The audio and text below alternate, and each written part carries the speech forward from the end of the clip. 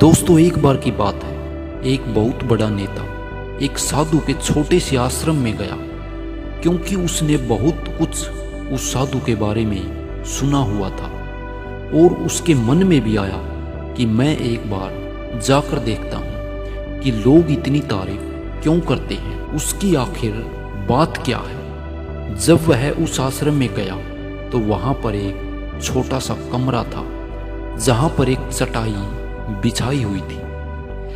वहां पर कुछ लोग नीचे बैठे हुए थे और साधु जी उनके सामने बैठे हुए थे और कुछ सवाल जवाब चल रहे थे।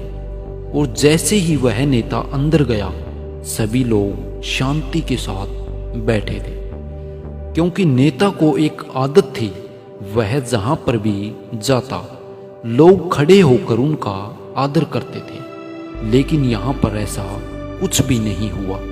साधु जी ने उसकी तरफ देखा तक नहीं, क्योंकि साधु जी किसी के सवाल का जवाब दे रहे थे। लेकिन नेता को इस बात से गुस्सा आ गया।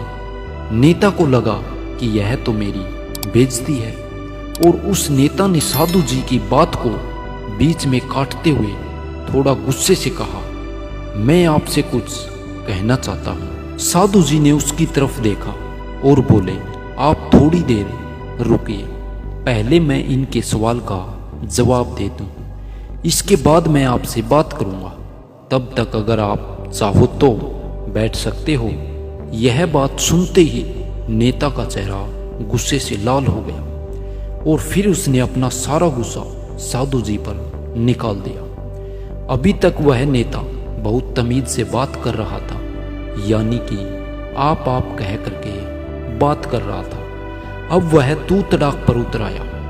नेता ने उस साधु जी को कहा, तुझे पता भी है मैं कौन हूं और तू किससे बात कर रहा है। साधु ने उसकी तरफ देखा और कहा, मुझे इससे कोई फर्क नहीं पड़ता कि आप कौन हैं, लेकिन आप जो कोई भी है, अगर आप चाहते हैं कि मैं आपके सवाल का जवाब दूं या आपसे बात करूं तो आपको कुछ देर रुकना होगा।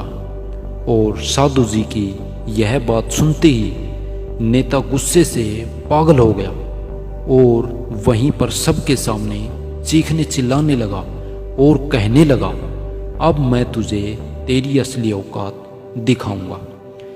तूने मुझसे पंगा ले करके ठीक नहीं किया।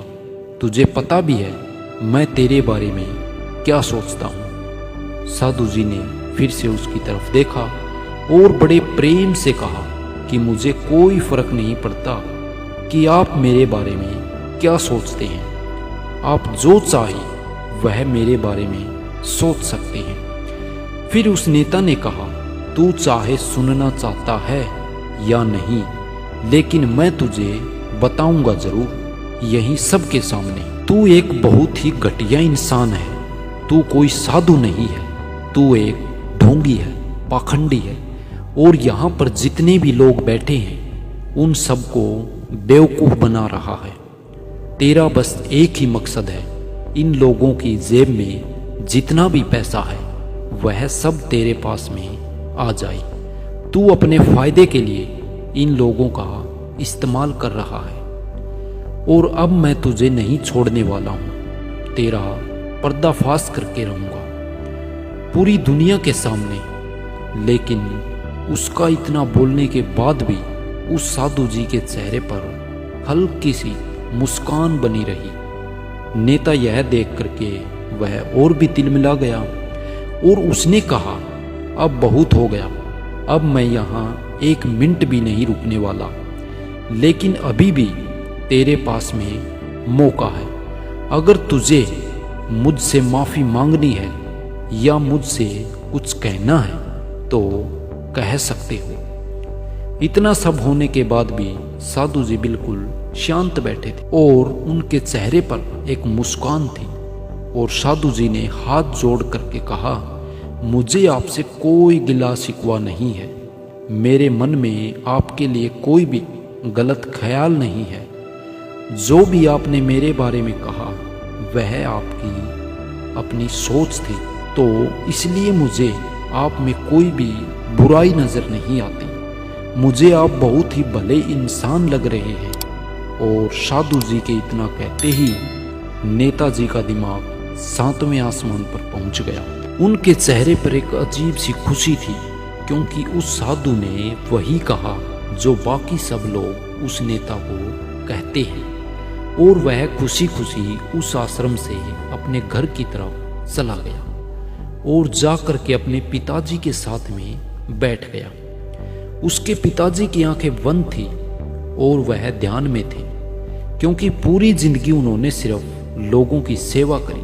थोड़ी देर बाद जब उन्होंने अपनी आंखें खोली और देखा अपने बेटे को अपने साथ बैठे हुए, और उनके बेटे के चेहरे पर आज एक अजीब सी खुशी थी जो आज से पहले उन्होंने कभी नहीं देखी थी। फिर उसने एक एक करके सब कुछ अपने पिताजी को बताया कि आज क्या हुआ, किस तरह से वह आश्रम गया, वहां पर क्या हुआ, उसने क्या कहा, उन्होंने क्या कहा।